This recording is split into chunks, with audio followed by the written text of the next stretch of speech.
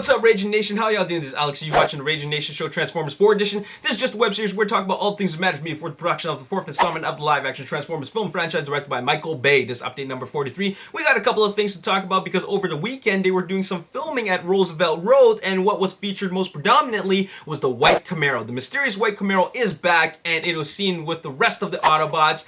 Hound, Bumblebee, Drift, Crosshairs were all there, and it's pretty much confirmed that this white Camaro is an Autobot. Optimus Prime wasn't seen in any of these photos, but I'm pretty sure he's in there somewhere. He just wasn't photographed. Now it comes down to the question, who is this white Camaro? This white Camaro could be anybody. This is Michael Bay's Transformers universe, and I was thinking that in the previous video I mentioned that it could be Red Alert, but now I'm doing a little bit of thinking, and I think it could be Cliffjumper or Prowl.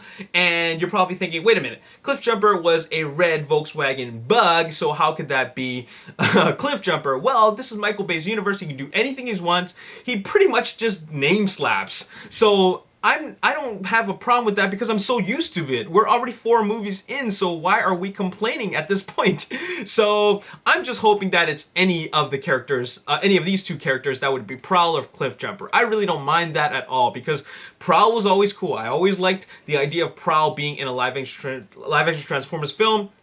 And if they put on Cliffjumper in it, well, keep in mind that in G1, both a Bumblebee and Cliffjumper shared the same alt mode, and then, well, in Transformers Age of Extinction, maybe they can both share the same alt mode. Not exactly the exact same identical alt mode, but at least the same model, because as you can tell, there are both Chevy Camaros. One of them's a concept, the other one is the new model that will be on the roads next year.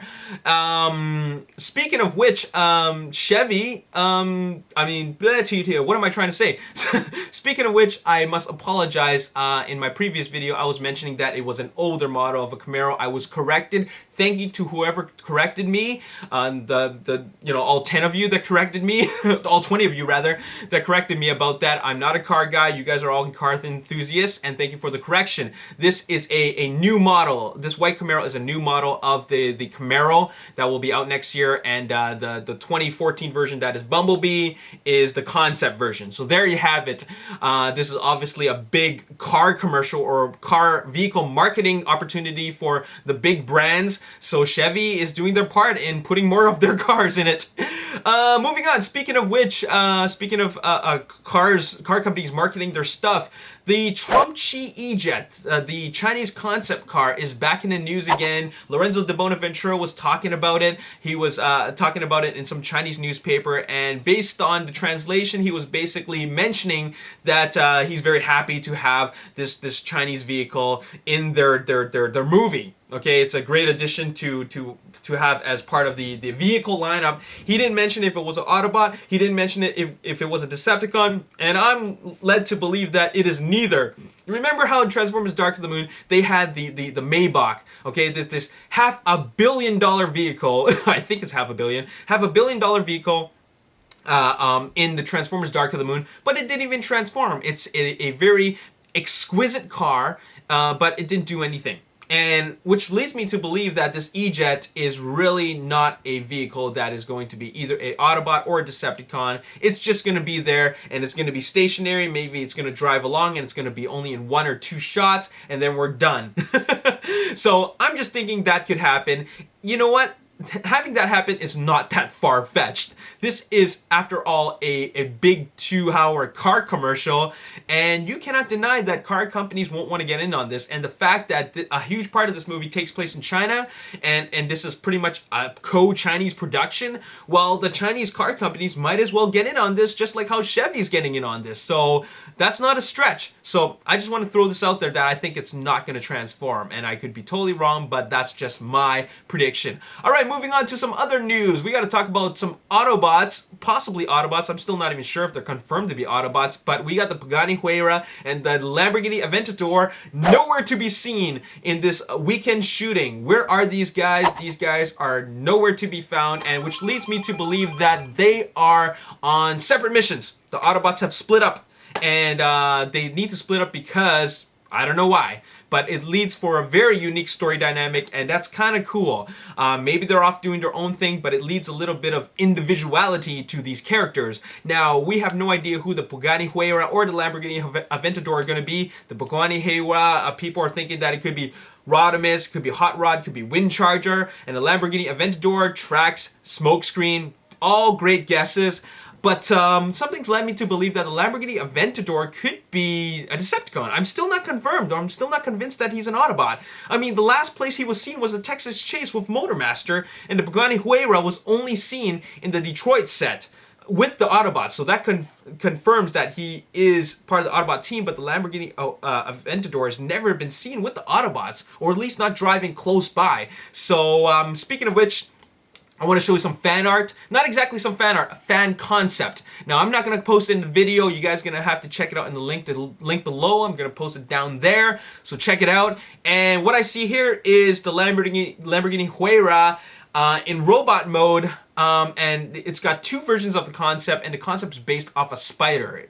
It's a spider bot. Whoever made this concept art is basing the robot mode off a spider. And as you can see here, the top version has 4 arms, a pair of legs, and the bottom one has a pair of legs, pair of arms, but then he's got, you know, a Doc Octopus thing going on, and at the end of the day, he's got 8 limbs. Another thing that is funny about it is about the head. The head's got, you know, he's got all the multiple eyes, all right? So just like a spider. So the inspiration's obviously from spider, and, you know, I don't think any Autobot would ever look like that. Could be a Decepticon. It could be a Decepticon, but as I already mentioned, this is fan art, okay? This is fan art, nothing official, okay? Nothing's been leaked yet. So there you have it. What do you guys think about that? All right, the final version does not have to look like this. It could look totally different. Now, speaking of which, I'm also going to show you some fan art, or give you links to a fan art of the Pagani Huayra. Now, it has come to my attention that this fan art is not new. Okay, it's been put out there for over a year, but someone else repainted it to make it look like the Pagani Huayra. And at the end of the day, I still think this is kind of cool. Now, it's most likely not going to look like this, but whoever did this did a very good job, and I'm just throwing this out there. It's not really news, but for those who haven't seen it, check it out and be inspired, all right? So moving on, let's talk about Cybertronian weapons. We got Cybertronian weapons spotted on set. Not really on set, but on location at like a warehouse where they keep all the props. And what they look like are these giant Cybertronian weapons, like swords and hammers and like spears or like javelins, whatever. Just 4 different types of weapons, okay? And they're huge. They're definitely bigger than the one that Mark Wahlberg was using. Mark Wahlberg using a sword, a human-sized sword. But these other weapons, they're huge. There's no way in hell that a human could hold them. And also, you know, keep in mind, they are props, okay? And if they're props, that means they need to be interacted with or manipulated by humans. Okay, so that leads me to believe that these weapons, these 5 Cybertronian weapons, are artifacts, or rather the artifact that everybody wants. Okay, so in the first movie it was the cube, the Allspark cube. In the second movie it was the Matrix. Third movie it was the pillars. In the fourth movie it's these Cybertronian weapons. Maybe they're called the Star Sabers or the Skyhammer, I don't know. But all I know is that these 5 are there because of my theory, which I'm going to reveal right now. This is my theory for the story, okay? 65 million years ago, Cybertronians crash landed and they scanned dinosaurs, and then dinosaurs got wiped out by a big asteroid and then led these Cybertronians to be in stasis, but they had already scanned the dinosaur alt modes, okay? Now, these Cybertronian weapons have been discovered, and scientists have led scientists to believe that these Cybertronian weapons go with these dinosaurs, or these Dinobots rather. And word gets out, and now the Autobots and Decepticons, they are in a chase from hell, a race to get to these weapons or bring these weapons to the Dinobots, because whoever brings these weapons to the Dinobots in China will get control of the Dinobots. And these Dinobots are really reckless, destructive force to be reckoned with, but whoever controls them or gives them these weapons is the one who controls them, and that's why the Autobots and the Decepticons are on a chase from hell to get to China, because if you don't already know, China is the location for many archaeological dig sites for dinosaurs. A lot of dinosaurs were found, or dinosaur bones were found in China, and there you have it. And Flynn Vincent, played by Mark Wahlberg, he has the last of the Cybertronian weapons, and he wants to get away from it all, because, you know, if they have dinosaurs or Dinobots roaming the earth, that would just be too much of a destructive force. And there you have it. That's the story for Transformers Age of Extinction, and that's what I believe is going to happen. What do you guys think about that? Let me know in the comment section below. It is time for shoutouts. I want to give my big shoutout, my first shoutout, to youtube.com/MPXGraphics. MPXGraphics, check him out. Check out his YouTube channel, and he makes some really sweet CG animations of transformations. This guy does a really good job. I don't know how they're done, but I'm very sure that it takes a lot of work. So I just want to acknowledge his work, and you have done a very, very good job, and I love your animations. So check that out, youtube.com/MPXGraphics.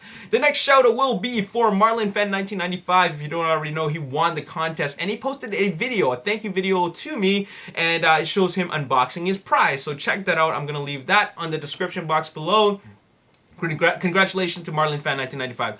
And also, finally, check out IAMAMAZINGMASON. That would be Mason, who I met up with over the weekend, and we did a long chat about Transformers 4. You're not going to want to miss that chat. I'm going to leave the YouTube links in the description box below. We spent 40 minutes chatting about Transformers 4. He had a couple of questions for me, and it's kind of interview style, but at the end of the day, we're just two fans just talking about an exciting movie that's coming out next summer. So check it out. Check out his channel, youtube.com/I'mAmazingMason, and the link will be in the description box below. And finally, I want to show off some collections. The first collection I want to show you is from Royce, and Royce has a Trailblazer SS, which he named Titus. It's an Autobot, and I believe it's modified, and I think your Titus looks great, and also your collection looks great. He has his collection on top of his hood of his Titus, his Autobot, and this is a sweet collection. A lot of movie toys, and it looks like you're a big fan of the movie. So good on you for really staying true to what you love, and that's awesome. You have a great collection there. Next collection is from Dean, and Dean has his collection displayed on his kitchen counter, and they look excellent. They look excellent because, you know why? Because it's in the kitchen, and there's great lighting coming in from the window, and very nice natural lighting, and you have a good collection of Deluxes, Voyagers, Leader classes, and of course the Giant Devastator. Alright, so looking good, looking really, really good. Thank you for sharing that with me. And the next collection is from Robert, and his theme is Starscream, because he titles this photo to be the many faces of Starscream. We have animated, we have movie, we have Leader class, Deluxe class, Voyager class, Prime. Really, really cool stuff. So thank you for showing me the many faces of Starscream. The next one is from Daniel. Daniel has a pretty sweet collection of Autobots, which he's showing me right here. They're on the kitchen table, and these look good. You got the Masterpieces, you got the Generations, Voyagers, Deluxes.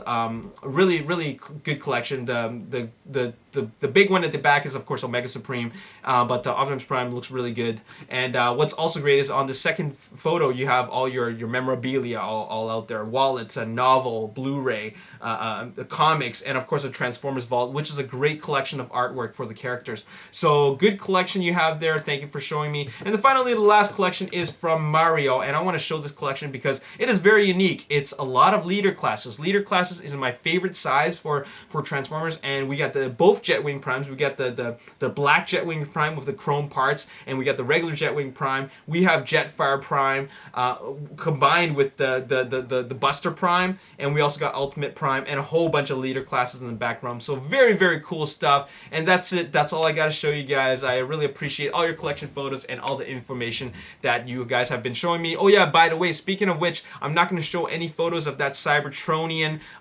weapons because Paramount is taking them down. Whoever's got them up, you better take it off your website or off your YouTube video before you get it taken down from Paramount, because Paramount they're really putting the heat on us, all right? So they don't want anything leaked out, and that photo was obviously leaked out from someone who worked in Transformers 4. He's one of the crew members, and you know, if you do something like that, you can get yourself fired. So you know what? If you have a photo of that, just keep it amongst yourself. You probably don't want to put that public, but it's a key part in the story. It's a huge part in the story, and Paramount does this to look out for the best interests of their movie, and they want to create no expectations for anybody, all right? So there you have it. That's all I got to say in this video. As always, if you enjoyed this video, hit the like button, subscribe to the YouTube channel, like me on Facebook, the Ragin Nation. Also follow me on Twitter at Ragin Nation. My name is Alex. Thanks for watching. I'll see you next time. Peace. Okay, as you already know, I got the bot shots, the red alert, and also the manga spawn, brand new, sealed, still got the plastic on it. I want you guys to guess, how much did